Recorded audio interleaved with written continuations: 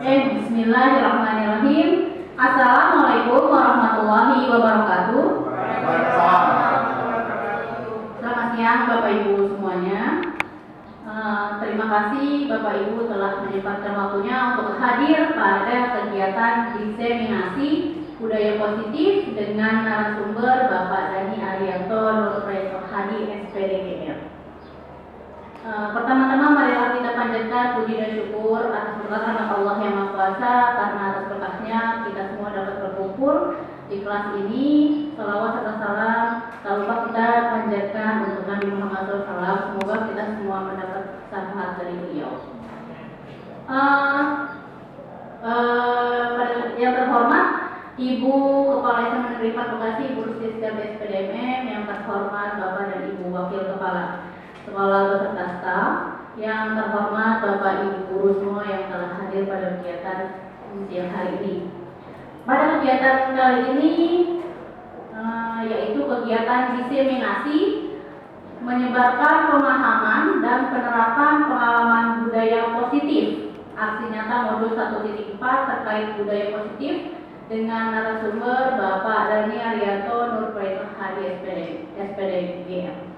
Nah, untuk menyingkat waktu, baiklah kita tampilkan narasumber yang hebat sekali Bapak Ibu, dengan persiapan yang sangat matang. Kita sambut Bapak Dhani Arianto Nurpreto Hadi SPDGR. Namanya banyak kereta api. Bapaknya pasti kereta api nih. Betul sekali ya. Baik, bismillahirrahmanirrahim. Assalamualaikum warahmatullahi wabarakatuh. Alhamdulillah, rabbil alamin, wa bihi nasta'in ala umuri dinina, wassalatu wassalamu ala asyrofil anbiya'i wal mursalin wa ala alihi wa sahbihi amma ba'du. Yang terhormat Bapak Ibu semuanya, ada Bapak Lili sebagai wakil kurikulum SMA Bekasi, ada Bapak Siswoyo sebagai Bapak Wakil Hubungan Masyarakat dari SMA Negeri Bekasi, Ibu Rahmawati selaku dari Komite Pembelajaran, Ibu Trisnani, guru idola saya, favorit saya, panutan saya, Ibu Retna sebagai dari Komite Pembelajaran, Ibu Dian Pramwarsi dari staf kesiswaan SMA Negeri Bekasi, Ibu Astrid sebagai pembina ekskul KKR Bu ya. Ada Bapak Staf Rasmin sebagai Ketua DKM Al-A'raf SMA 4 Bekasi, dan Ibu Risa sebagai guru matematika di SMA Negeri 4 Bekasi. Alhamdulillah, saya ucapkan terima kasih yang sebanyak-banyaknya atas keuangan waktu, tenaga Bapak Ibu semuanya. Mohon maaf saya mengganggu aktivitasnya pada siang hari ini. Saya mohon izin untuk melaksanakan diseminasi tentang menyebarkan pemahaman dan penerapan pengalaman budaya positif dalam rangka memenuhi penugasan aksi nyata modul 1.4 Pendidikan Guru Pembina Angkatan 11 yang alhamdulillah ini saya susun sudah cukup lama, cuman memang aplikasi dan implementasinya baru bisa dilaksanakan hari ini karena 1-2 hal. Jadi saya mohon maaf jika persiapannya juga tidak begitu matang dari saya. Yang penting saya mengucapkan terima kasih pada Bapak Ibu semuanya. Sebelum saya mulai mungkin biar lebih seger ya, biar saya pantun dulu ini ya kan. Pantun kalau nanti saya ucap kalimatnya jangan catat Pak, udah kebiasaan ya kan. Ganteng. Nah. Jangan catat ya. Monggo Ibu Aja Anggun dari Komite Pembelajaran dipersilakan, misneknya sudah dipersiapkan.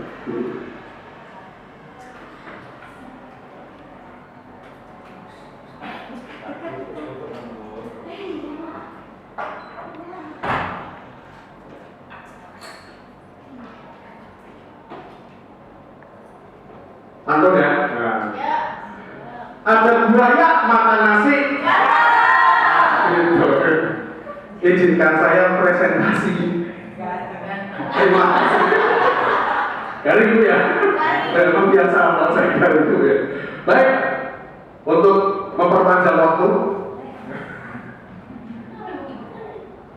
ini Bu, model baru. Kalau biasanya pakai pointer, dan ini saya pakai keyboard. Ini model baru gitu. Ya, pada siang hari ini saya akan menyampaikan ada 8 pembahasan ya. Jadi kita bisa menyaksikan secara bersama-sama. Mungkin kalau ada masukan dari Bapak Ibu langsung saja Bapak Ibu. Jangan usah nungguin nanti ya, langsung saja. Yang pertama ada perubahan paradigma positif. Pembahasan yang kedua ada disiplin positif. Yang ketiga nilai-nilai kebajikan. Yang keempat kebutuhan dasar manusia. Kelima, motivasi perilaku manusia. Keenam, posisi kontrol guru. Ketujuh, keyakinan kelas. Dan kedelapan, segitiga restitusi. Bukan segitiga biru ya, Ibu ya, beda. Ya, kita langsung pada pembahasan yang pertama. Pembelajaran dengan paradigma baru. Kita tahu ini logo dari profil pelajar Pancasila. Kita nyanyikan dulu. Masih ingat? Belajar Pancasila, beriman dan bertakwa pada Tuhan Yang Esa dan berakhlak mulia, berdiri dengan ngomong, gotong royong kreatif dan bernalar kritis. Lagi belajar Pancasila.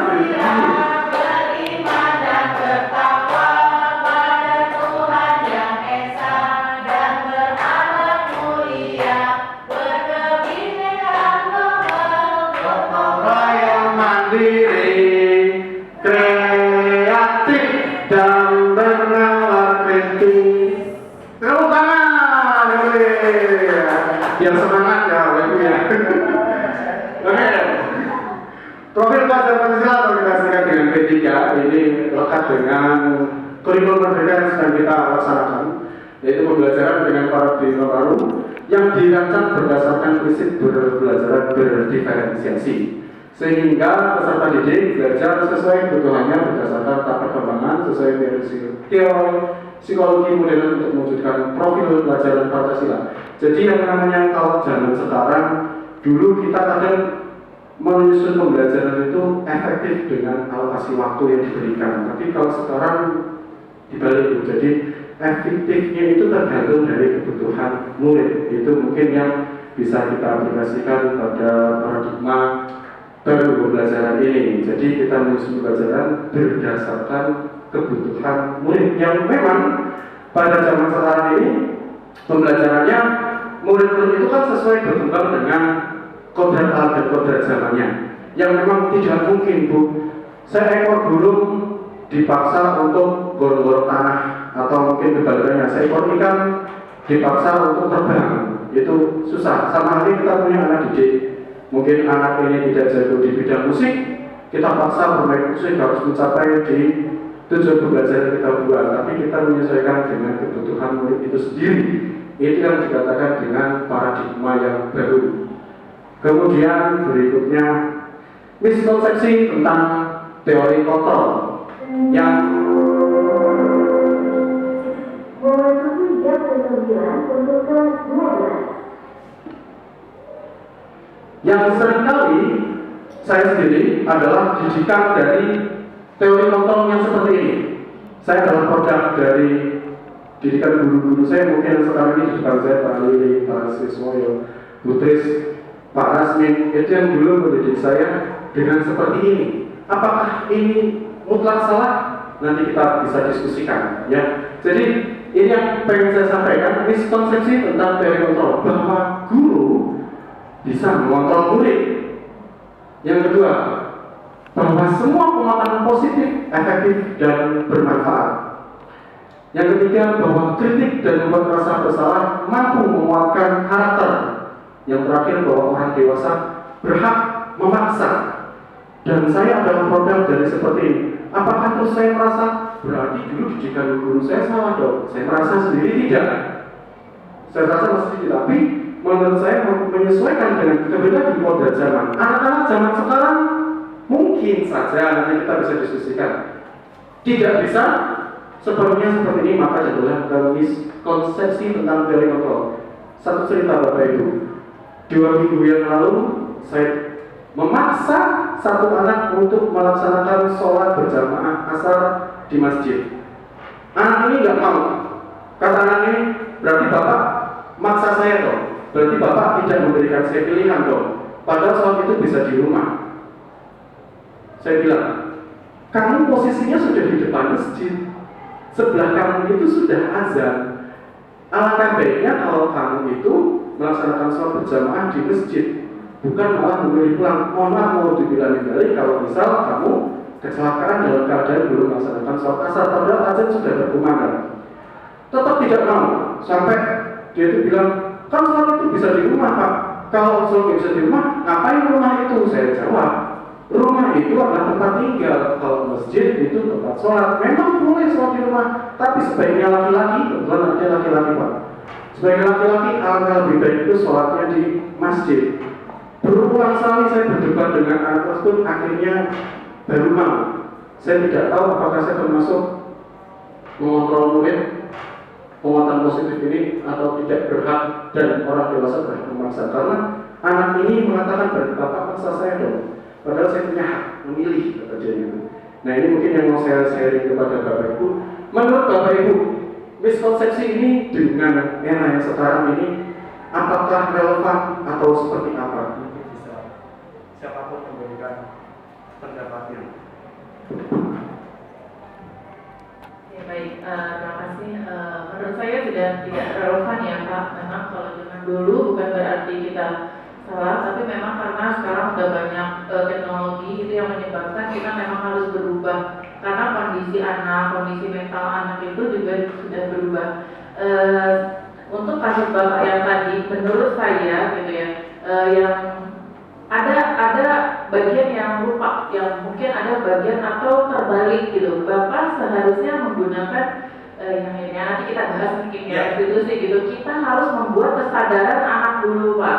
Menurut tadi dengan cerita Bapak itu, menurut saya seharusnya oke nak, menurut kamu apa yang salah? Atau belum ada kesepakatan di antara kedua belah pihak Pak?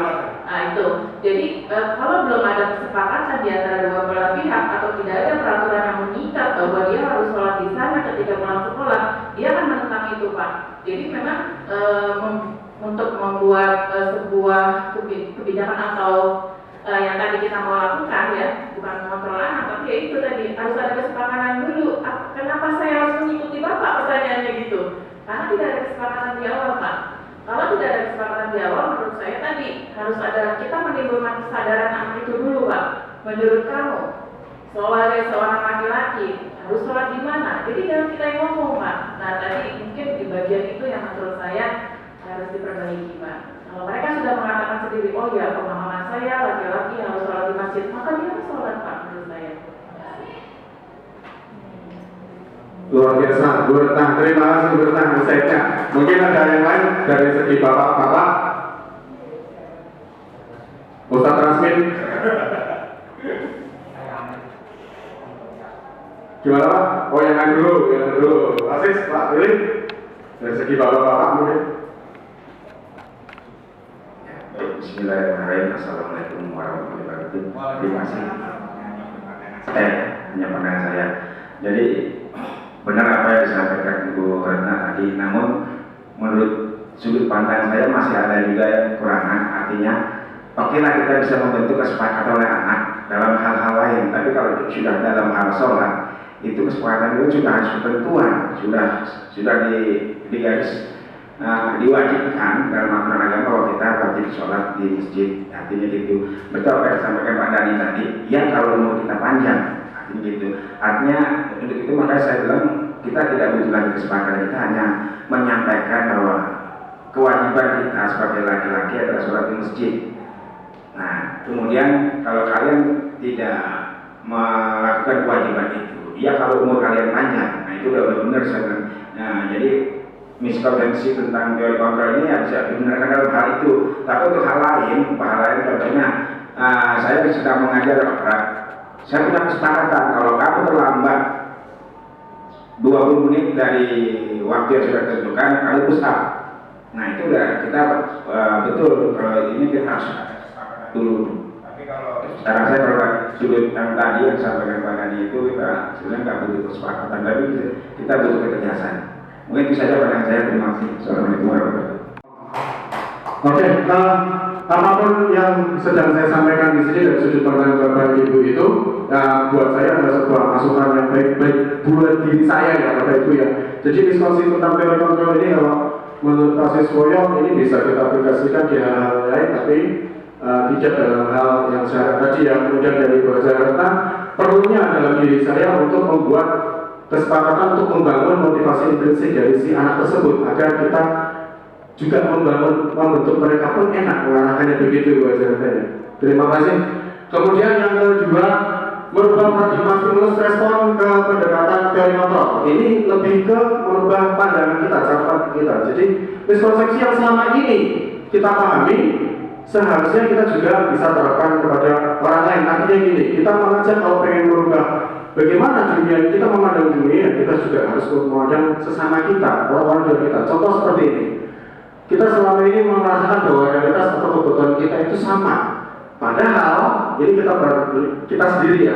Padahal kebutuhan kita berbeda. Contoh, mungkin kalau saya sekarang kebutuhannya adalah uang. Tapi ternyata ada orang yang beritahu kebutuhannya di luar itu. Kebahagiaannya mungkin seorang anak dan yang lain sebagainya. Begitu pula murid, kebutuhan murid itu sebetulnya bukan masalah main gitar, tapi kebutuhan murid itu adalah nyanyi.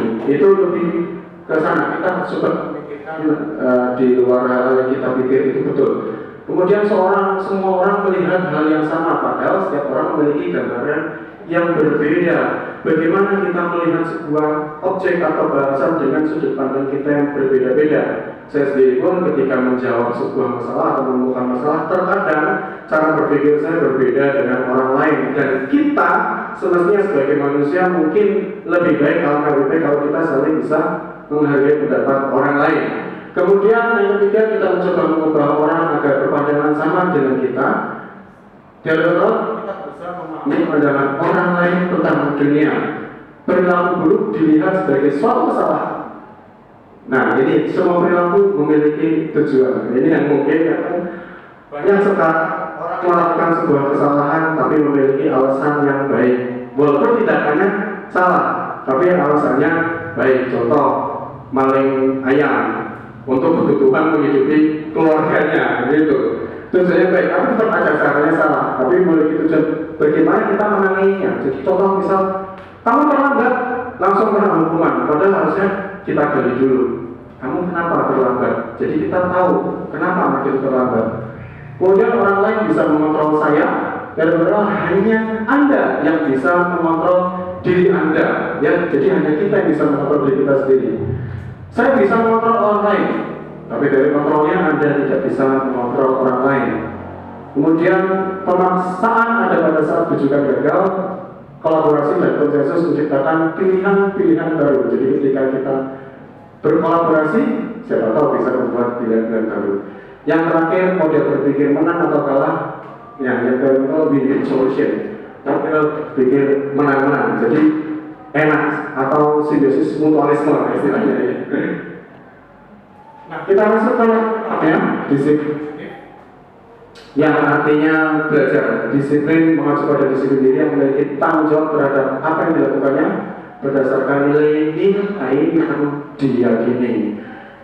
Merupakan salah satu cara penerapan yang bertujuan untuk menumbuhkan kesadaran. Tadi yang dikatakan Bajarata. Jadi bagaimana kita menumbuhkan kesadaran pada anak serta memberdayakan murid tanpa imbalan. Kadang kita minta tolong, syutingin saya, nanti saya uang 100.000. Nah, jadi itu kan daripada orang menumbuhkan bagaimana ini mau untuk membantu gurunya gitu. Ancaman atau hukuman, kalau enggak syutingin saya nanti nilaimu saya jelekin. Nah itu kan tidak baik sekali gitu ya. Sebagai guru, tujuan kita adalah menciptakan murid yang memiliki disiplin diri sehingga mereka berperilaku mengacu kepada nilai-nilai kebajikan universal dan memiliki motivasi intrinsik dalam berbuat perilaku yang baik. Sama halnya dengan saya, Bapak Ibu, saya mengajar mata pelajaran seni musik yang tidak hanya bermain musik, tapi saya mengajarkan nilai-nilai kebajikan. Dalam musik itu ada kita mengikuti tempo, jadi itu disiplin yang bisa kita sampaikan kepada anak-anak. Kalau Anda tidak disiplin, bunyinya nggak harmonis. Main angklung ada tanggung jawab. Kalau misal kamu nggak sadar kamu pegang nadanya apa, jadi nadanya falas, nggak harmonis, jadi nggak enak didengar seperti itu. Nah, ini beberapa nilai-nilai kebajikan. Sebetulnya ada 6 ya, tapi ini saya tampilkan ada 7 golongan dari P3, Profil Belajar Pancasila, IPO, Primary Years Program, kemudian 9 pilar karakter yang sebetulnya garis besarnya hampir sama semuanya. Ya, tetap ada ketuhanan, kemudian mandiri, kreatif, empati. Ini yang saya galakkan kepada anak-anak Bapak Ibu. Bagaimana kita memiliki rasa sosial yang tinggi. Terkadang dengan perkembangan zaman teknologi sekarang, anak-anak lebih generasi menuntut ya. Aktif banget sama HP-nya, nggak peduli kanan kirinya. Bahkan baru kemarin saya ke toilet umum, itu orang sampai nggak mau logout HP-nya Bapak Ibu, main game. Jadi dia mau dia kencing, HP-nya di atas. Sampai segitunya kok apa ya? Menurut saya rasa sosial sudah hilang, dia apatis dengan dirinya sendiri itu. Nah, ini yang sedang saya katakan kepada anak-anak, empati selain yang utamanya pasti ada, yang selalu saya sampaikan kepada anak-anak. Oh, ini ada arwahnya ini. Silakan masuk. Silakan masuk ke Berdarawi. Pak Ustadz mungkin sambil dibacain Yasin mau Ustadz. Boleh.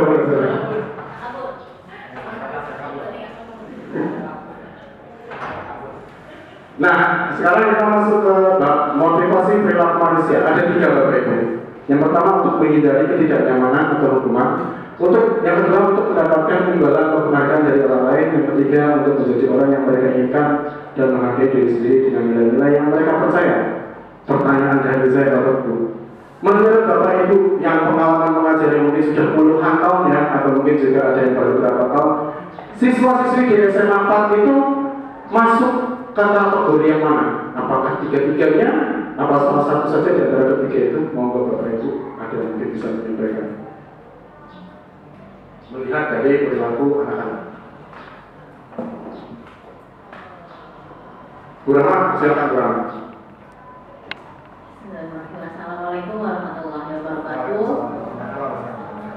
Menurut pendapat saya ya Pak, pandangan saya selama saya mengajar di SMA Negeri 4 Bekasi ini, motivasi murid ada di kedua Pak, mendapatkan imbalan dan penghargaan dari orang lain. Karena murid-murid yang saya ajar biasanya mereka mau melakukan sesuatu jika ada imbalan dari saya. Imbalannya poin biasanya misalnya, terus dikertas dulu misalnya. Contoh melakukan sesuatu nggak ada yang mau gerak gitu. Karena mereka menurut saya mereka tidak takut dihukum gitu. So, di sekolah pun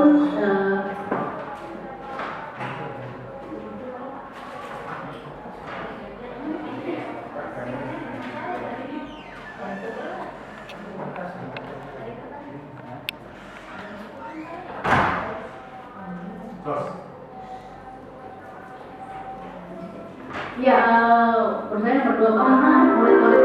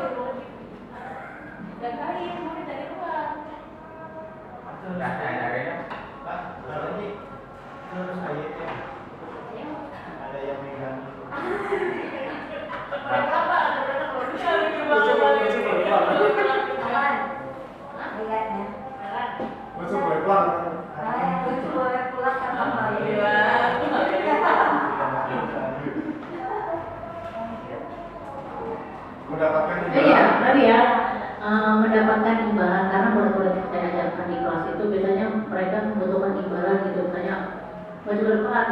Kalau nggak saya dapat poin, enggak kan. Contoh kayak kemarin Pak, petugas upacara di kelas saya aja itu Pak, itu sulit banget. Akhirnya saya imbalin poin. Ayo yang mau jadi petugas saya kasih poin gitu.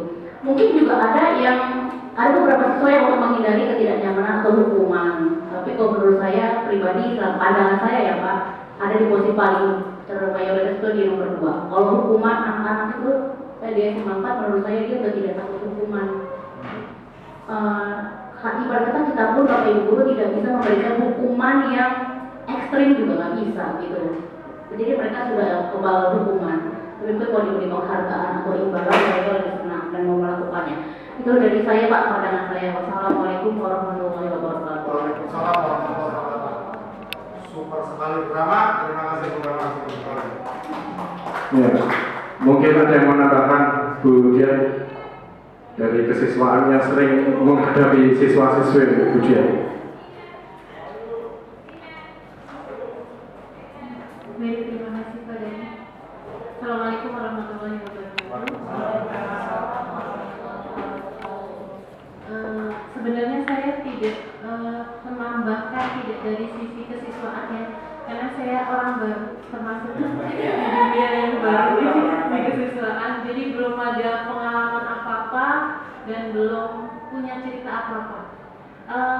Ini lebih saya bandingkan, saya compare dengan sekolah lama saya yang mungkin Pak Dani juga tahu ya lokasinya di tempat yang di dunia lain, ya betul. Di dunia lain, kemudian cita-cita mereka ketika mereka masuk SMA dan saya bandingkan dengan ketika saya mutasi ke sini itu sangat berbeda Pak. Jadi saya lebih ke, kalau tadi pertanyaannya Pak Dani, bagaimana siswa-siswi sekarang motivasi perilakunya, saya lebih ke yang ketiga.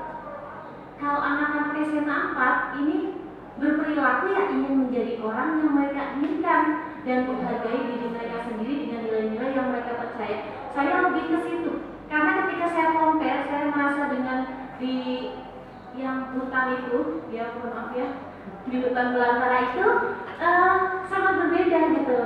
Kalau di sini anak-anak sudah jelas, mungkin tidak 100% dari seluruh siswa bahwa sudah jelas mereka mau kemana gitu loh. Tapi menurut saya hampir 80% dari mereka sudah punya pandangan nih, bahkan yang tidak mau melanjutkan pun sudah, oh saya mau bekerja itu. Mungkin masih memilih, artinya kan bekerja pun menjadi seseorang kan yang mereka inginkan gitu. Dan itu penghargaan lah buat diri mereka sendiri ketika mau bekerja ABC gitu. Itu menurut saya Pak gitu. Baik, terima kasih. Assalamualaikum warahmatullahi wabarakatuh. Luar biasa ya. Pengalamannya ini kayaknya udah banyak makan asam garam ujian ya. Sampai ngajar di hutan belantara dulu. Ya, hutan belantara dulu. Pernah cerita sama saya kalau perjalanan itu mendaki gunung lewat dekat.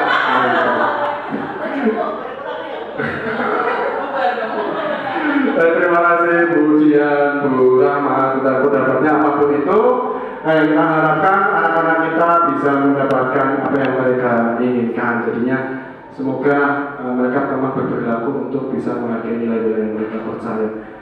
Kemudian, nah ini yang saya sendiri pun konsep disiplin dengan identitas gagal. Jujur saja, ini hukuman. Bagaimana dengan hukuman itu memberikan rasa menyakitkan, tidak nyaman, muridnya takut, kemudian sifatnya memaksa, dan akhirnya murid menyembunyikan kesalahan dan murid menjadi rendah diri. Kemudian penghargaan, ternyata kita memberikan penghargaan pun termasuk dengan identitas yang gagal. Kalau kita memberikan penghargaan itu tidak efektif, merusak hubungan atau sifat iri. Ternyata ini terjadi Bapak Ibu. Kemudian mematikan kreativitas, artinya ini anak jadi malas, mereka tidak mau berkreativitas lagi. Menghukum dengan sistem ranking, kemudian merampas hak menghargai dirinya. Saya sendiri memang kaget ketika membaca ini. Ternyata apa yang saya lakukan termasuk dengan identitas gagal. Saya juga melakukan hal tersebut Bapak Ibu. Ya mungkin yang menurut budaya positif ini, identitas suksesnya adalah seperti ini Bapak Ibu. Jadi kita menghadapi murid itu dengan minimal kita dengan metode konsekuensi. Jadi ada kesepakatan, ya, penguatan jangka pendek. Kemudian kita monitoring berkelanjutan, artinya berkala. Kita cek apakah mereka masih konsisten dengan konsekuensi yang sudah disepakati bersama. Kemudian itu tadi, merespon atau memberikan stimulus. Murid menghormati peraturan, kehilangan waktu untuk merenungi kesalahan. Pilihan yang terbaik adalah restitusi, yaitu membuat murid akhirnya bertanggung jawab untuk perilakunya. Kemudian fokus pada pemecahan masalah jangka panjang. Yang ketiga, murid menghormati dirinya dan orang lain. Yang keempat, dirinya yang memegang kontrol atau dari kontrol. Dan kelima, murid bersemangat memperbaiki kesalahan. Saya ada cerita sedikit Bapak Ibu. Jadi parkiran BT, Pak Lili juga tahu, Pak Sis juga tahu bagaimana di sana mengelola parkir dan anak-anak, bagaimana mereka itu sangat kompak dalam hal kesatuan. Hanya saja yang saya perhatikan, parkirnya di BT bukan? Iya, parkirnya di BT. Yang saya perhatikan, sekalian yang saya perhatikan, saya itu tidak mau melihat anak-anak mentaati peraturan karena person, karena orang. Kalau saya pribadi, ini mungkin diskusi sedikit Bapak Ibu. Karena kita itu nggak tahu umur Bapak Ibu. Artinya anak mungkin nurut sama saya pegang bisa, sama halnya dengan di BT. Anak-anak itu nurut sama yang punya parkir BT. Sebenarnya bukan itu kalau saya. Saya ingin anak-anak itu tergugah untuk mengikuti aturan institusi. Jadi ketika mereka masuk ke dalam sebuah sistem SMA 4 ada aturan, kita ikuti. Karena siapalah kita itu punya umur. Kalau kita bisa kontroli anak, kita pegangin anak, belum tentu ketika kita tidak ada di tempat atau masa katakan tidak bisa meninggal, kita ada di tempat, anak-anak mau ngikutin aturan sekolah apa enggak? Nah sebetulnya kalau saya pribadi pengennya menggugah anak-anak itu agar mengikuti aturan tata tertib yang ada di sekolah. Jadi institusinya, bukan karena figurnya. Kalau menurut saya pribadi Bapak Ibu, artinya sama halnya kita tidak melihat di mana Allah, tapi kita mengikuti aturan yang sudah Allah berikan gitu. Sama halnya seperti itu. Itu yang pengen saya gali sebetulnya Bapak Ibu. Ya mungkin dengan konsultasi dan restitusi ini merangsang membuka motivasi intrinsik pada anak-anak tersebut agar mereka mau mengikuti aturan, jadi bukan dari segi figurnya. Karena ini kisah nyata juga, saya punya teman di sekolah sebelum saya ngajar di sini. Ini orang teman saya sanggup megang anak-anak dengan baik. Artinya, mohon maaf kasih soal pun kalah. Jadi kalau sama dia itu dipegang anak-anak bisa nurut. Tapi satu waktu orang teman saya itu nggak masuk Bapak Ibu, absen. Anak-anak brutal Bapak Ibu. Itu menurut saya sebuah kesalahan. Ini ada yang salah ini. Nggak bisa institusi malah dikalahkan sama figur gitu menurut saya. Karena figur ini kan memiliki usia gitu atau mungkin kesibukan yang lain. Jadi kalau misal ya mungkin dibangunnya dari figur ya. Kalau figur tersebut bisa memberikan aplikasi yang lebih luas, artinya anak-anak akhirnya mau mengikuti institusi, alhamdulillah. Tapi yang terjadi pengalaman saya kebalikannya Bapak Ibu. Jadi anak-anak lebih nurut sama figur, bukan pada peraturan sekolah yang seharusnya malah itu mengikat menurut saya begitu. Begitu UN ya. Nah, kita perlu dengan yang tadi ya bilang pendekatan restitusi. Apa itu restitusi? Menciptakan kondisi bagi murid untuk memperbaiki kesalahan mereka sehingga mereka bisa kembali pada kelompok mereka dengan karakter yang lebih kuat. Ciri-cirinya bukan untuk merebus kesalahan, namun untuk belajar dari kesalahan. Yang kedua, memperbaiki hubungan, kemudian sebagai bentuk tawaran atau bukan paksaan. Kemudian menuntut untuk melihat ke dalam diri, mencari kebutuhan dasar yang mendasari tindakan, kemudian fokus pada karakter bukan tindakan, dan fokus pada solusi yang terakhir mengembalikan murid yang berbuat salah pada kelompoknya. Jadi pendekatan restitusi itu lebih memberikan sebuah pilihan kepada anak atas konsekuensi atau tanggung jawab dari apa yang mereka sudah lakukan. Jadi dikembalikan kepada siswa tersebut, enaknya mau gimana. Seperti tahun lalu saya menghadapi 2 siswa saya di 10-9 yang memang terkenal dalam tanda kutip nakal, tapi sebetulnya mereka nggak nakal saja, hanya caper saja. Saya berikan mereka pilihan, kamu mau keluar apa di sini? Kalau kamu mau tetap di sini ya kamu harus seperti apa gitu. Mereka tahu akhirnya ya sekarang alhamdulillah tidak begitu frontal anaknya. Nah perbedaannya seperti ini. Contoh kasusnya murid sering tidak mengejar PM. Ini guru olahraga, biasanya suka menghukum. Hukuman. Kalau guru menghukum murid tersebut hormat kepada berbeda selama 10 menit. Guru marah dan guru takut. Saya pernah dihukum, seperti ini pun pernah gitu. Nah, kalau konsekuensi kasus murid yang sering terjadi PR, guru memberikan konsekuensi untuk mengerjakan PR saat istirahat atau dikerjakan sebanyak 3 kali lipat. Tapi itu pastinya juga sudah ada kesepakatan. Iya. Guru tegas dan murid menghormati peraturan. Restitusi, guru menanyakan keyakinan kelas dirinya dan membantu murid menyelesaikan masalahnya. Pernah nggak kita bikin keyakinan kelas? Bapak Ibu sudah membuat keyakinan kelas? Alhamdulillah sudah, saya belum ya. Kemudian guru terbuka dan murid menghormati dirinya dan orang lain. Jadi jika kita membuat keyakinan kelas, Bapak Ibu, sama dengan waktu itu Pak Minar disampaikan, kalau kita sudah punya keyakinan kelas ini, insya Allah anak mudah dikontrol karena mereka menyepakati apa yang mereka sampaikan sendiri gitu. Tapi jujur saja Bapak Ibu, ini di 10.9 yang sekarang saya memberikan pilihan kepada anak-anak, uang kas berapa kalian yang tentukan. Bukan saya hanya melempar saja. Uang kas berapa? Uang kas 20.000 Pak sebulan. Oke. Ada yang keberatan? Tidak ada. Bayarnya kapan? Tanggal 10 Pak. Sepakat? Sepakat semuanya. Itu munculnya dari anak semua, tidak dari saya. Dan uangnya pun bukan bisa dari anak-anak. Tapi Bapak Ibu dicek berkala selama 2 bulan, ternyata tidak tepat waktu. Berarti ada yang salah dari diri saya. Meyakinkan anak-anak untuk memperlakukan praktek restitusi. Mungkin ada pendapat dari Bapak Ibu.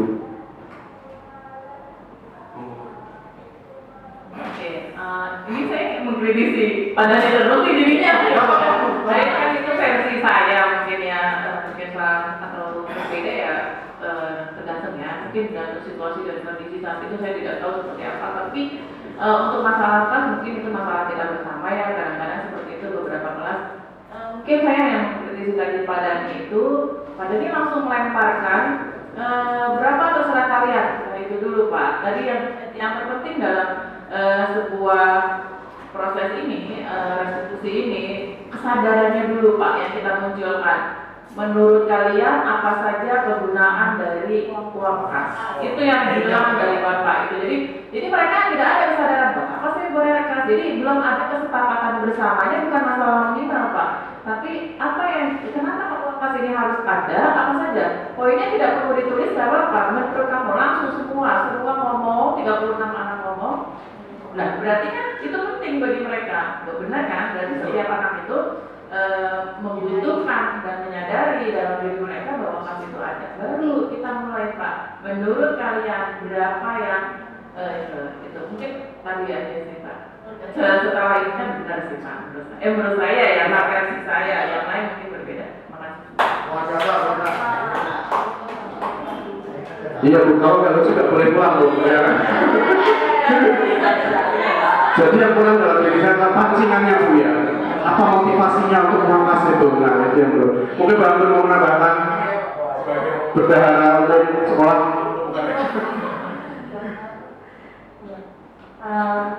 Sebenarnya saya sepakat dengan yang disampaikan dari Bu Retna. Ketika kita mau memperlakukan sesuatu itu, sampaikan dulu tujuannya apa gitu. Jadi ketika tujuannya itu tapi memang lebih bagus lagi seperti yang disampaikan oleh Bu Retna, lemparin dulu ini ada uang kas, kira-kira manfaatnya untuk apa. Jadi anak yang menentukan sendiri. Kalau saya pribadi belum sampai sejauh yang disampaikan Bu Retna, tapi biasanya yang saya lakukan itu pada saat membuat kesepakatan kelas, yaitu saya sampaikan ada poin ini, terutama yang tadi ya PR gitu, tentang keterlambatan mengumpulkan PR. Saya yakin pasti di kelas ini tidak semuanya 100% akan mengumpulkan PR dalam satu waktu. Pasti ada yang ketinggalan, entah karena dispense, sakit atau izin. Nah, untuk yang seperti ini kira-kira kita harus memberlakukan samakan nilainya atau ada perbedaan. Anak-anak jawab harus dibedakan. Oke, kalau harus dibedakan berarti harus bagaimana gitu. Ada diskon nilai kah gitu. Kalau saya memang sama mirip dengan Pak Dani langsung, apakah harus memberikan potongan nilai anak-anak mengiyakan. Padahal sebenarnya memang betul ya Bu ya, harusnya dikasih pilihan dulu konsekuensinya apa kalau mengumpulkan mengumpulkan PR-nya waktunya tidak bersamaan. Nah, saya dari sini terinspirasi, oke, berarti saya itu harus memberikan pemahaman dulu ke anak, memberikan anak berpikir dulu apa sih tujuannya kita melakukan suatu kesepakatan atau suatu keyakinan kelas gitu. Paling itu Pak.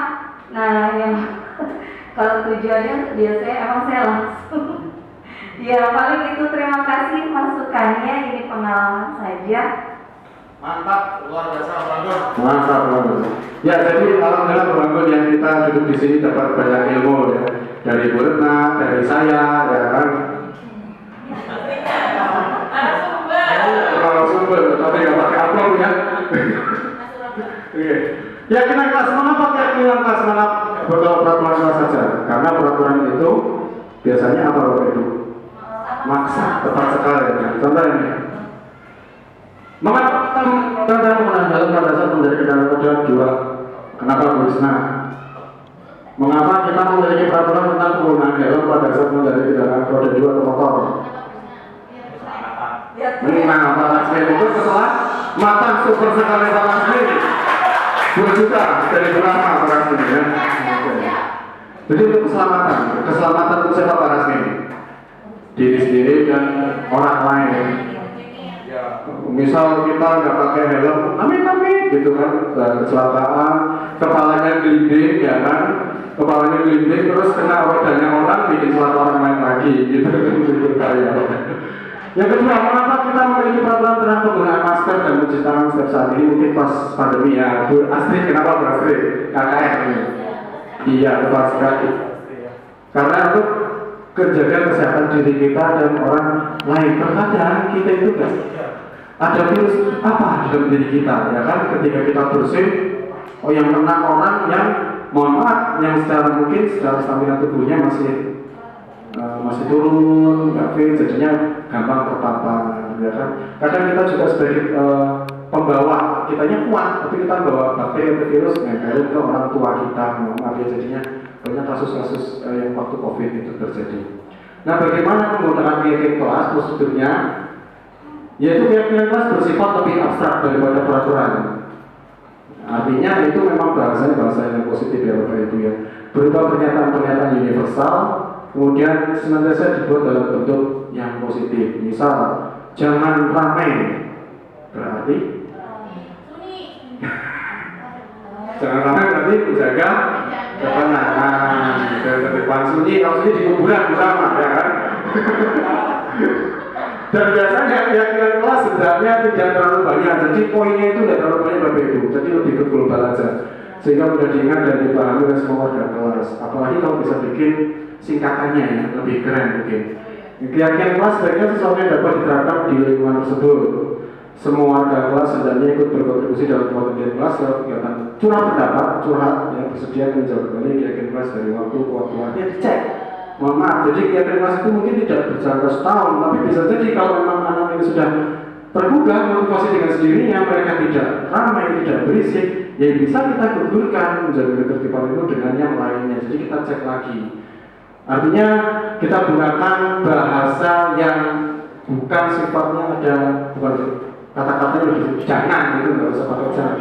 Ya diganti ya tadi. Tepat sekali kurang. Nah, kebutuhan dasar manusia ada 5 menurut William Glasser, ya kan? Kebutuhan bertahan hidup, kasih sayang dan rasa diterima, kemuasan, kebebasan dan kesenangan. Nah, kira-kira Bapak Ibu apakah butuh semuanya? Atau salah satu saja Bapak Ibu? Nggak mungkin ya, kayaknya salah satu ya. Karena memang mayoritas ini kebutuhan dasar kita untuk bisa tenang.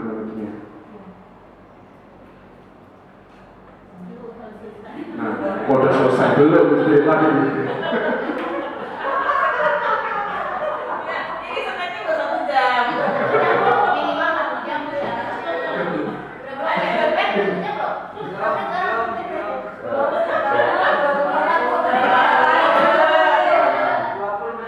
Tenang, belum praktek pernah. Yang lebih lagi. 5 posisi kontrol, restitusi, dan penerapan. Nah ini intinya. Contoh kasus, murid tidak memakai atribut lengkap saat upacara bendera. Nah, itu keliling yang biasa keliling nih, ya kan? Dari belakang, ujung, kiri, kanan, atas sampai lantai 2 keliling itu keliling gitu. Sebagai penghukum, para kuliah aturan semua lalu berdiri di depan barisan. Ya kemudiannya kada kita geser ke barisan yang lain kan, anak-anak yang tidak atributnya lengkap, gitu kemudiannya. Kemudian membuat rasa bersalah. Berapa kali Pak Guru harus bisa memberitahu aku? Guru kecewa sama. Oh, jadi kita berikan kalimat-kalimat seperti ini pada anak. Apakah sebagai teman? Ayolah yang penting buat Pak Guru bangga. Kali ini tidak apa-apa kamu salah. Jadi mendekat ke teman. Pemantau, kamu sudah melanggar. Apa peraturan dan konsekuensinya? Jadi peraturan dan konsekuensinya apa? Menumbuhkan anak itu tadi. Yang terbaik di sini manajer. Apakah kamu tahu kesalahan kamu? Kira-kira kamu akan memperbaiki kesalahan ini dan bagaimana tanggung jawabnya? Nah, saya akan bertanya satu-satu untuk memperpanjang waktu ya Bapak Ibu ya. Kira-kira ini Bapak Ibu ada di posisi yang sebelah mana atau semuanya? Saya mulai dari Pak Lili yang memang setiap hari Senin selalu ini Pak Lili ya kan? Ada berada di posisi yang mana Pak Lili?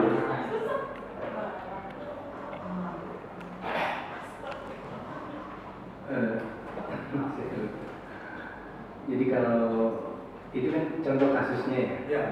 Jadi kita bicara tentang contoh kasus itu ya. Nah, saya sering menyampaikan tuh ketika mereka masuk ke SMA 4 kan mereka menandatangani peraturan terhadap sekolah, bahkan menandatangani di atas materi. Jadi waktu saya jadi siswa saya menyampaikannya seperti itu. Kalau sudah ini ya sudah apa namanya ke pelanggaran yang berulang-ulang, diingatkan kembali bahwa peraturan tersebut sudah pertama mereka setuju dengan peraturan dan tadi. Yang kedua mereka berjanji akan melaksanakan di dalam surat pernyataannya ya.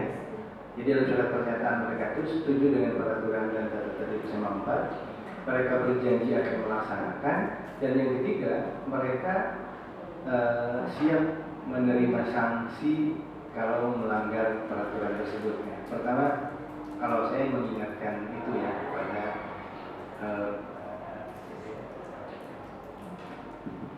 jadi mengingatkan peraturan itu.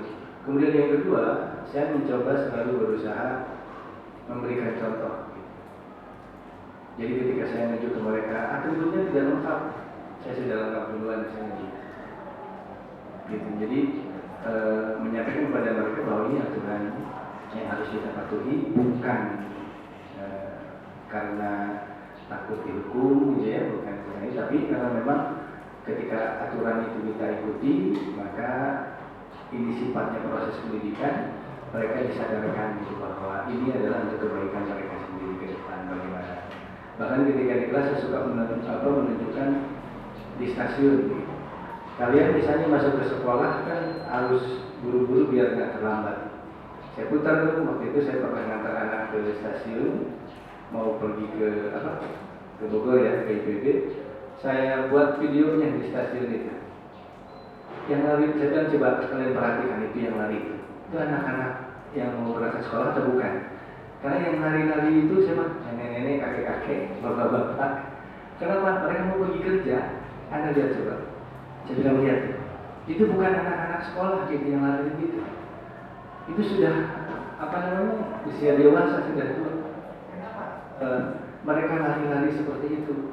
Karena kalau misalnya terlambat, apa tuh? Kereta ya, ke tempat kerjanya bagaimana? Ini kalau sadar. Masih paling di posisi manajer. Luar biasa Pak Soyo. Baik, terima kasih. Kalau saya terus terang posisi saya ada di nomor 1 penghukum dan nomor 2 biasanya yang saya lakukan. Pertama saya langsung tegas, anak itu saya hukum. Kedua, kalau setelah saya hukum saya beri pengertian, kamu sudah melanggar peraturan dan konsekuensinya seperti ini. Mohon untuk tidak diulangi lagi. Itu saja. Terima kasih. Terima kasih Pak Soyo. Sebagai hukum pembuatan seseorang. Bagus. Kalau saya lebih banyaknya di pemantau Pak. Jadi kamu salah saya sebutin gitu. Kamu salahnya ini. Sesuai nggak dengan peraturan yang ada atau kesepakatan kelas yang sudah pernah kita bahas.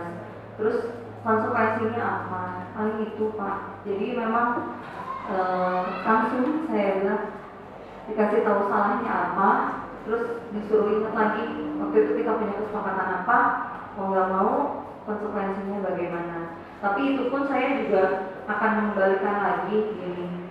Saya harus cari tahu dulu kenapa mereka alasannya tidak menaati peraturan gitu. Memang kalau untuk atribut sebenarnya ini adalah peraturan yang harusnya sudah tahu ya, dan emang setiap hari harusnya atributnya seperti apa memang sudah tahu. Tapi pernah saya ada cerita waktu jadi wali kelas 2 tahun lalu, ternyata anak ini kena hukuman menggunakan dasi adiknya yang berada di SMA lain. Kenapa dia menggunakan dasi dari SMA negeri yang lain? Karena dasinya ternyata hilang Pak gitu. Nah dari situ oh ya sudah, setelah anak ini kena konsekuensi dari peraturan sekolah kesiswaan, saya tetap panggil juga dan saya minta kalau begitu harus bagaimana. Akhirnya diputuskan adalah baik Bu, saya beli yang baru gitu. Karena dasi saya kurang. Paling itu Pak, lebih sering memantau. Alhamdulillah operasi kan. Komunikasi. Assalamualaikum warahmatullahi wabarakatuh. Kalau saya pribadi ya, untuk saat ini ya Pak ya, memang alhamdulillah saya pun sudah mempelajari restitusi baru-baru ini sebenarnya. Sudah mendengar restitusi sebenarnya Bu Retna pernah ngasih tahu, udah lama banget gitu ya. Cuma karena saya terlibat, alhamdulillah terlibat di PGP ini dan akhirnya saya belajar tentang restitusi ya. Dan mungkin yang dulu saya pernah ada di posisi hukum, saya pernah ada di posisi pembuat rasa bersalah. Namun setelah saya mempelajari restitusi ini, saya belajar, sedang memposisikan diri saya ada di posisi teman, pemantau dan manajer Pak. Jadi beberapa kasus beberapa siswa saya pribadi ya Pak, binaan saya ini saya coba menanganinya dengan baik dengan teman ya. Saya bersikap ke murid saya juga seperti teman gitu loh, ngobrolnya biasa, lembut kayak teman. Ya nggak apa-apa, udah kamu salah nggak apa-apa. Untuk saat ini kamu salah ya kamu salah. Kayak gitu ada kata-kata kayak gitu juga. Terus di pemantau pun saya menanyakan konsekuensinya apa dari pelanggaran kamu ini gitu. Saya pun juga menyatakan banyak, ya sudah nggak apa-apa kok. Dulu ibu juga pernah berbuat salah seperti ini. Contoh seragam juga ya Pak. Beberapa siswa binaan saya juga banyak masalah di seragam ya. Nggak apa-apa kamu salah, dulu ibu juga pernah seperti ini. Tapi gitu ya. Tapi ibu tahu konsekuensinya. Ibu mengubah diri ibu untuk berseragam dengan lebih baik lagi seperti itu. Di pemantau pun saya pernah ada di posisi itu. Artinya saya sedang memposisikan diri saya, mengupgrade diri saya untuk ada di posisi teman, pemantau atau manajer. Memang paling tinggi di posisi manajer ya Pak ya, di posisi manajer. Tapi mungkin saya memposisikan diri saya untuk saat ini ada di teman atau di pemantau Pak. Ya, mudah-mudahan kedepannya bisa ke manajer ya, seperti Pak Lili ya, luar biasa. Manajer koperasi ya. Terima kasih Pak Dhani. Saya nggak tahu ini yang mana nanti akan Pak Dhani kira-kira saya itu apa ya, dan apakah ini benar atau salah. Saya juga mohon maaf kalau memang ini kesalahan saya.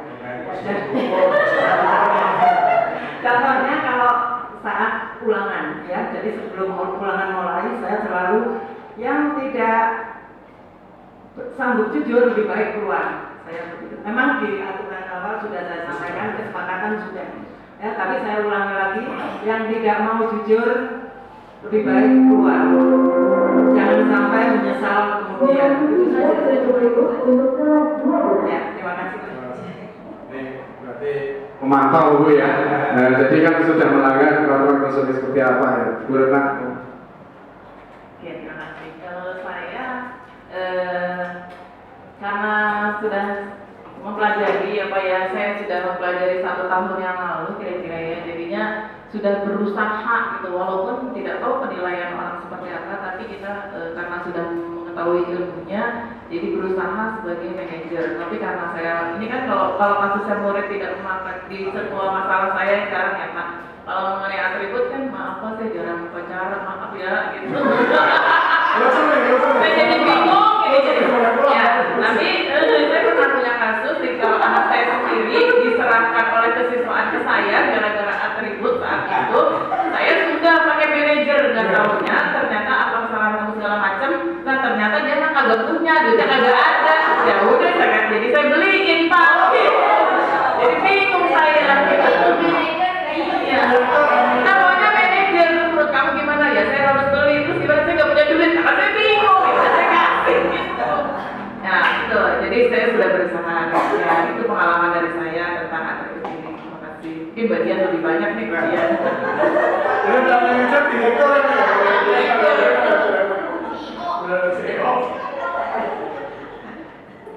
Terima kasih ibu-ibu dan bapak-bapak, keren-keren banget ya.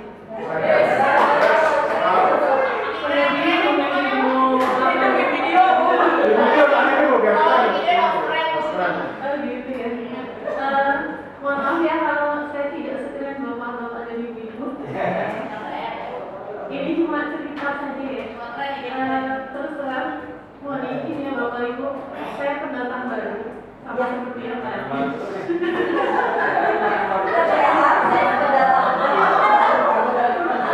Iya betul.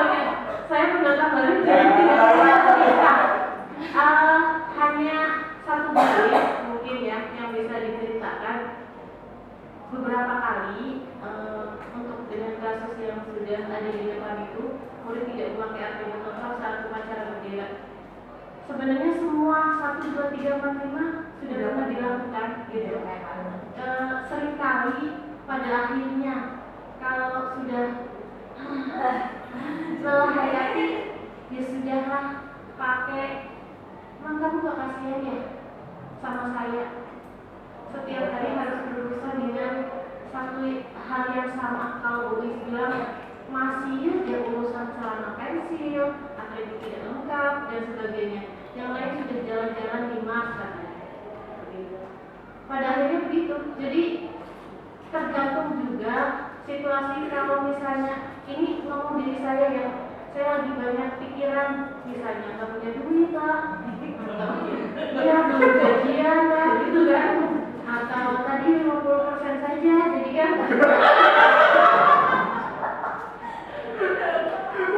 jadi Ada rekamannya. edit ya anak saya itu, maaf ya Bu Rahma, anak saya itu dipinjam ya. Iya. Bagusnya bagian. Sudah berapa kali dipinjam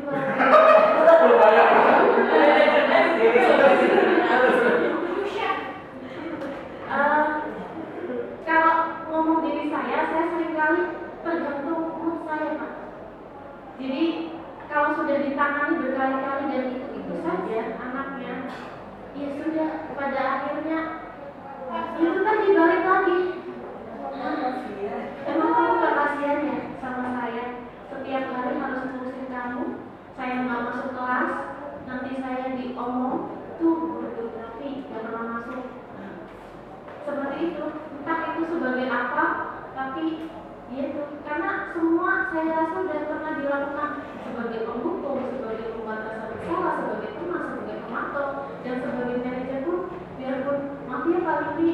Dan saya baru tahu restitusi yaitu waktu Pak Dani mengerjakan soal apa itu Pak, waktu itu disuruh bikin apa, Pak Dani yang mengerjakan. Iya. Saya dikerjakan Pak Dani, tapi saya belajar kok apa yang dimaksud dengan restitusi. Iya betul. Iya Bu Anggur, saya pernah cerita ya sama Bu Anggur. Biarpun Pak Dani yang mengerjakan, saya tetap belajar restitusi apa, bagaimana gitu kan. Terus berbeda perlakuan saya ke murid pada umumnya dengan anak yang saya waliin, terutama 12/4 ya sekarang. Anak-anak saya keren-keren sekarang alhamdulillah. Jadi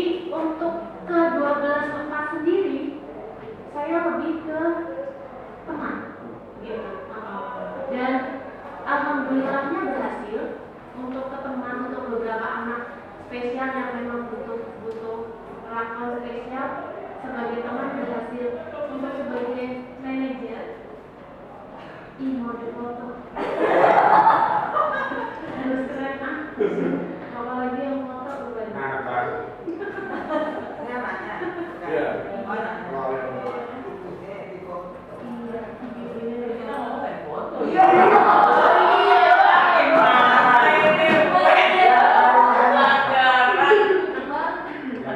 Iya, lanjut, nggak usah panjang-panjang ya. Jadi untuk saya sendiri memperlakukan berbeda untuk anak saya yang 12 dengan pada umumnya. Iya, kalau sebagai staff gitu ya, kalau sebagai anak saya terus terang memakai sebagai teman. Iya, dan alhamdulillah berhasil, termasuk ya belum berhasil 100% ya, tapi anak-anak khusus yang spesial itu lumayan lah, progresnya ada gitu. Gitu aja Bapak Ibu. Terima kasih. Assalamualaikum warahmatullahi wabarakatuh. Mas Rek, muda. Assalamualaikum warahmatullahi wabarakatuh. Ya, terima kasih untuk Pak Dani dan Ibu Bapak Ibu guru lainnya. Tadi Budian bilang datang baru. Sebenarnya yang datang baru saya Budian. Karena saya belum terjun di dunia pendidikan juga belum terlalu lama. Kalau terkait contoh kasus murid tidak memakai atribut lengkap saat upacara bendera, sudah beberapa minggu saya mengikuti upacara dan saya alhamdulillah karena ditugas juga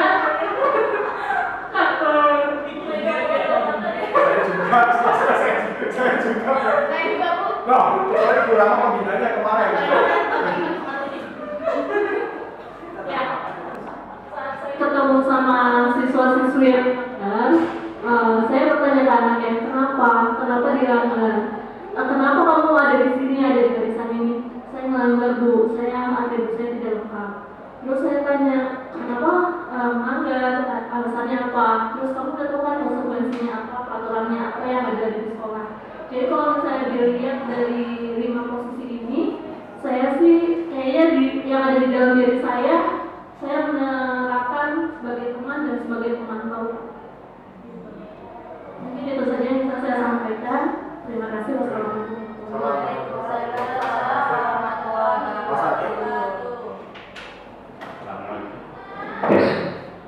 Wassalamualaikum warahmatullahi wabarakatuh. Assalamualaikum warahmatullahi wabarakatuh. Melihat dari 5 posisi yang ada, saya melihat yang posisi yang kedua,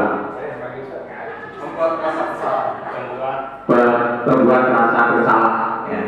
Yang pertama, saya ketika mulai belajar, saya bikin kesepakatan dengan siswa. Kesepakatannya supaya belajar tertib, nyaman, ya. Itu saya lebih kesepakatan HP terutama ya, bukan karena kita belajar siswa main HP. Ketika belajar itu HP-nya dinonaktifkan ya, atau dimatikan ya. Kemudian tidak ngobrol, ya, tidak bercanda, dan juga tidak tidur. Ya. Itu kesepakatannya itu setiap kelas yang saya ajar. Tapi kenyataannya ketika pelaksanaan mengajar ada aja yang main HP yang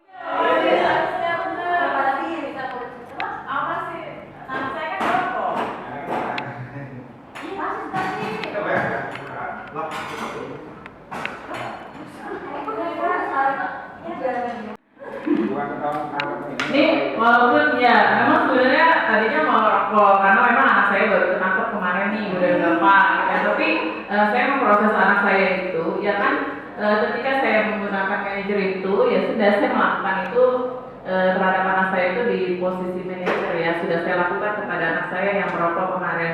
Kita tidak bisa melihat langsung, tapi jangka panjangnya seperti apa itu aja ya. Bukan berarti ketika saya sudah menerapkan ini semua di kelas anak saya murni tidak ada kesalahan, tidak seperti itu ya Ibu dan Bapak, kan kita tidak tahu juga kan gitu. Terima kasih. Oke, kita mulai ya. Rahma ya. Kita mulai Rahma. Tahu nggak kenapa Ibu minta datang ke Ibu? Gimana kabarnya Rahma sekarang? Pusing. Ini pakai gimana? Pulang. Ya, Rama tahu nggak kenapa ibu panggil sekarang? Tahu nggak? Nggak tahu. Nggak tahu kan? Gimana Rama kabarnya ini? Pusing Bu. Pusing. Tahu nggak Rama kesalahannya apa? Tahu. Nggak Banyak tahu. masalah saya mau. Banyak yang salah. Ini kan ibu kemarin ya melihat absen gitu ya. Nggak ada nih Rama di kelas nih. Berarti Rama tahu nggak salahnya itu bagaimana? Kenapa itu? Saya nggak kelas Bu. Oh, nggak ke kelas. Menurut Rama, apakah hidangan itu benar tidak masuk kelas? Tidak. Tidak. Nah, berdasarkan peraturan yang ada, terus kemudian kesepakatan kita, itu kita harus masuk kelas itu sama saya harus izin ya, benar nggak? Coba Rama ingat-ingat lagi, apa saja harus apa saja. Izin. PR. Oh berarti saat itu saat pelajaran ibu Rama itu ada di sekolah? Ada. Astagfirullahaladzim. Jadi nggak masuk kelas ibu aja? Semuanya nggak masuk. Astagfirullahaladzim. Ya. Jadi nggak masuk ya. Jadi nggak masuk. Jadi tahu ya kesalahannya sekarang berarti nggak kemana itu? Nongkrong Bu di kelas. Astagfirullahaladzim. Baik ya, Rama. Ibu tahu ya. Ada yang diambil oleh di koperasi gitu. Enggak. Enggak ya. Jadi ibu tahu ya, setiap manusia itu pasti punya salah. Ibu pun pernah merasa salah. Tapi ibu tidak menormalisasi kesalahannya Rama ya. Tidak setuju, tapi ibu paham bahwa kita itu semuanya punya salah, gitu ya.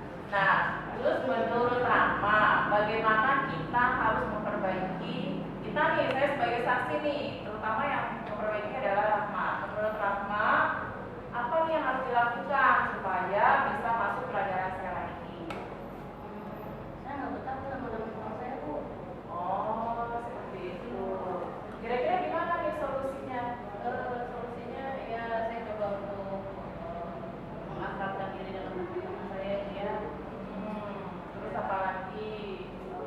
Ya, saya coba memotivasi diri saya Bu untuk belajar. Ya, seperti itu ya. Jadi Rama tahu kesalahannya, terus apa yang harus dilakukan. Nah, menurut Rama untuk mendukung ya, kan udah tahu nih solusinya. Berarti harus memotivasi diri sendiri. Terus kemudian saya harus tidak bisa kita mau menerima orang lain kalau kita tidak bisa menerima mereka juga ya enggak? Kalau mau kita diterima orang lain ya kita juga harus menerima mereka dong, karena orang-orang itu kan memang berbeda-beda ya seperti itu. Nah, terakhir nih, kira-kira untuk mendukung dari solusi yang Rama punya, nah siapa saja yang terlibat dalam solusi tersebut? Motivasi bapak di rumah. Iya, orang tua ya, nanti supaya apa ya, kita tuh sekolah kan butuh dukungan dari orang tua, terus kemudian kita berpikir itu sekolah untuk apa, bagaimana gitu ya, depannya seperti apa, seperti itu. Nah, luar negeri. Nah, itu berarti memang harus ada dukungan ya.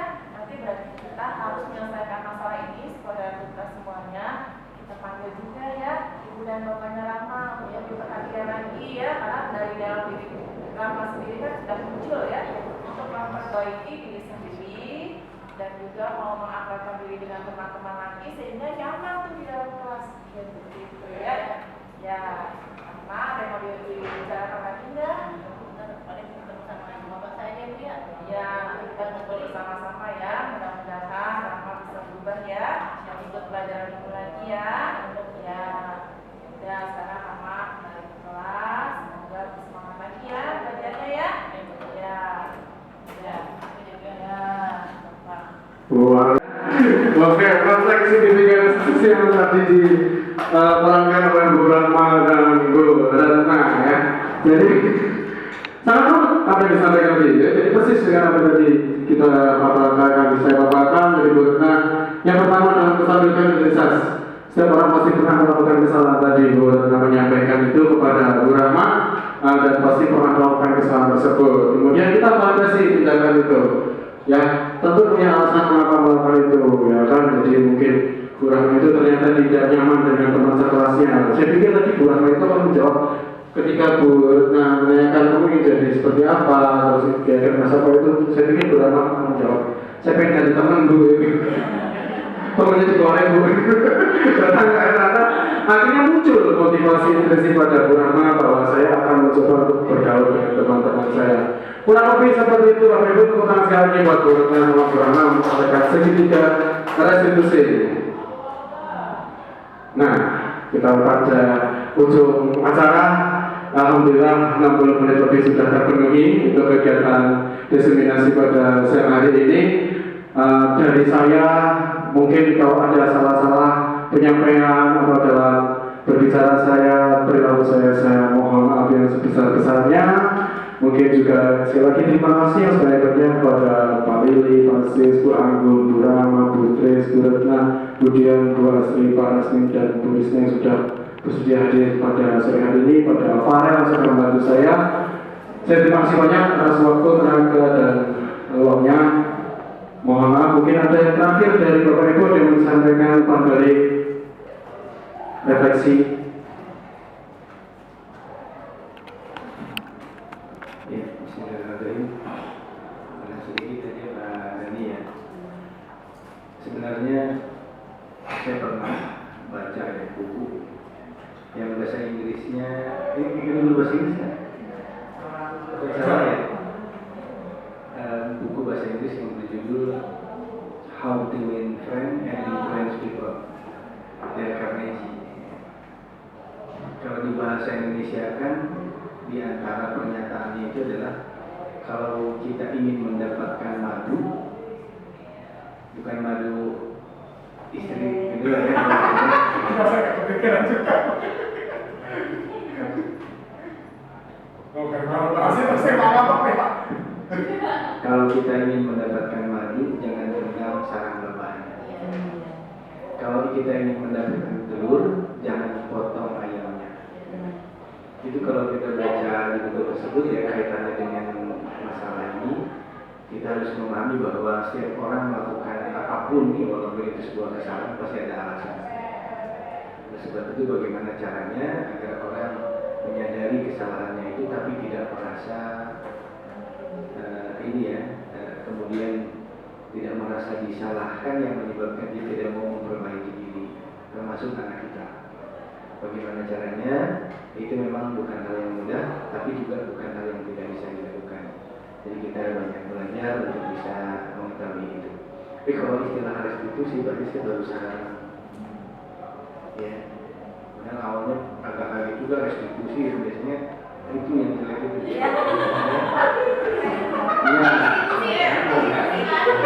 Tiba-tiba ada kata restitusi. Saya sampai ke ruang beliau gitu kan tanya benar apa sih restitusi gitu. Ternyata baru tahu hari ini saya ya tentang restitusi itu. Ini saja. Assalamualaikum warahmatullahi wabarakatuh. Terima kasih dari refleksinya untuk kegiatan diseminasi lagi. Mungkin ada satu lagi atau sudah cukup? Mau tunggu Retna. Saya mau sampaikan penyampaian aja gitu. Jadi memang sebenarnya ini masalah kita, masalah sekolah kita. Kalau dari kapalnya waktu itu saya bahas kayak Pak ya dibahas di sini juga bahwa untuk restitusi ini disiplin positif adalah masalah sekolah kita bersama-sama. Ada didapat pendidikan rekomendasi. Oleh sebab itu di dalam penilaian kinerja kita itu seluruh guru ASN harus membaca atau mempelajari dalam PMM tentang restitusi dan disiplin positif nih ya seperti itu. Jadi semoga kita semuanya bisa menerapkan hal itu. Memang tidak bisa cepat, tapi kita tadi tujuan kita adalah jangka panjang. Semoga anak-anak kita itu benar-benar memiliki karakter yang baik yang muncul dalam diri mereka sendiri. Anak-anak itu tidak akan mengingat apa yang kita pelajari saat ini, tapi dia akan mengingat apa yang kita lakukan terhadap dia 5 atau 10 tahun mendatang. Dia hanya ingat apa yang kita lakukan oleh kita. Seperti itu. Itu demikian mengingat buat diri saya pribadi ya Pak ya, bagaimana saya memperlakukan anak itu, walaupun anak itu mungkin bagi orang belum baik, tapi bagi saya dia sudah berproses walaupun selama demi selangkah tidak berlari. Terima kasih. Wassalamualaikum warahmatullahi wabarakatuh. Waalaikumsalam warahmatullahi wabarakatuh. Terima kasih Bu Retna dan Pak Lili refleksinya pada kegiatan sore hari ini. Saya kira cukup Bapak Ibu yang bisa saya sampaikan. Harapannya sama tadi dengan Bu Retna, jangka panjang. Jadi cita-cita kita tetap ingin memiliki generasi-generasi yang berkarakter unggul, berakhlak pastinya yang mulia, yang baik. Dan praktek khusus ini sebagai salah satu cara untuk menciptakan karakter seperti itu. Terima kasih Bapak Ibu, mohon maaf jika ada salah-salah kata atau perbuatan dari saya, pertanyaan kesalahan dari saya, pertanyaan dari Allah Subhanahu Wa Taala. Billahi taufiq wal hidayah. Assalamualaikum warahmatullahi wabarakatuh. Selamat sore Bapak Ibu. Salam dan bahagia kita foto dulu Bapak Ibu.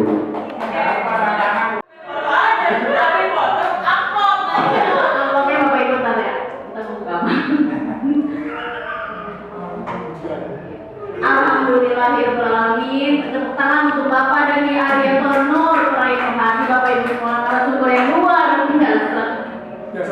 Iya, menjelaskan tentang budaya musik yang luar biasa. Alhamdulillah telah selesai dan terima kasih Bapak Ibu atas partisipasinya pada siang hari ini. Semoga bermanfaat untuk kita semua dan marilah kita bersama-sama untuk terus menggalakkan budaya positif di SMA Negeri 4 Bekasi agar terwujud profil pelajar Pancasila. Ya, akhir kata doa ya.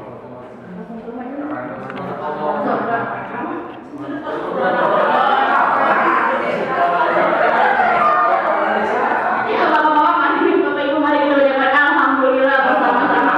Alhamdulillahirabbil alamin. Wassalamualaikum warahmatullahi wabarakatuh.